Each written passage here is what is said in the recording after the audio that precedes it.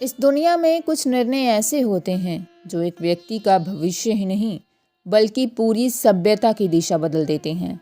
आज हम बात करेंगे महाभारत के उस एक निर्णय की। अगर वो अलग होता तो शायद कुरुक्षेत्र का युद्ध कभी होता ही नहीं। ये कहानी है धर्म, अहंकार और न्याय के बीच के संघर्ष की। हर हर महादेव, जय श्री राम, राधे राधे।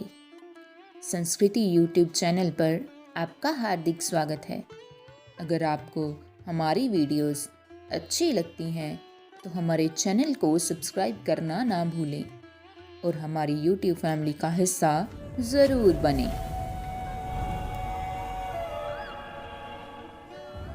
महाभारत का काल वो था जब हस्तिनापुर भारतवर्ष का सबसे शक्तिशाली राज्य था।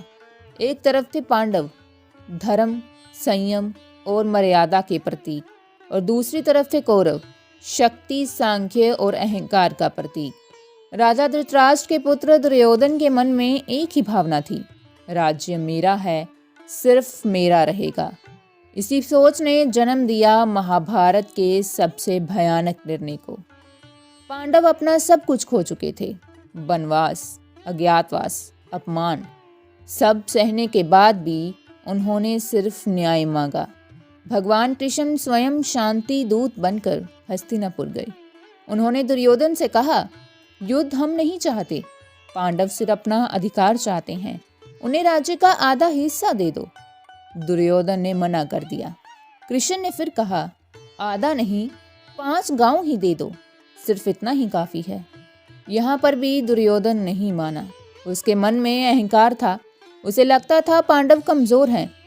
तब कृष्णा ने अंतिम प्रस्ताव रखा, कम से कम 5 गांवों के लिए केवल 5 सोने की सुई जितनी भूमि दे दो। और यहाँ आता है वो निर्णय जो महाभारत को युद्ध की तरफ ले गया। दुर्योधन ने कहा, मैं सुई की नोक जितनी भूमि भी पांडवों को नहीं दूंगा। ये सिर्फ एक राजनीतिक फैसला नहीं था, ये धर्म के खिलाफ घोषणा थी। भीष्म, द्रोणाचार्य, विदुर सब चुप रहे और इसी चुप्पी ने पाप को बल दिया। महाभारत हमें ये सिखाता है कि अधर्म सिर्फ गलत करने से नहीं होता, बल्कि गलत को रोकने से, इनकार करने से भी होता है। भीष्म जानते थे दुर्योधन गलत हैं, द्रोणाचार्य भी जानते थे, लेकिन राजभक्ति और भय ने उन्हें चुप रहने पर मजबूर कर दिया। और जब सबसे ज्ञानी लोग चुप हो जाते हैं तब विनाश अनिवार्य हो जाता है। कृष्णा समझ चुके थे, अब युद्ध के अलावा कोई रास्ता नहीं बचा।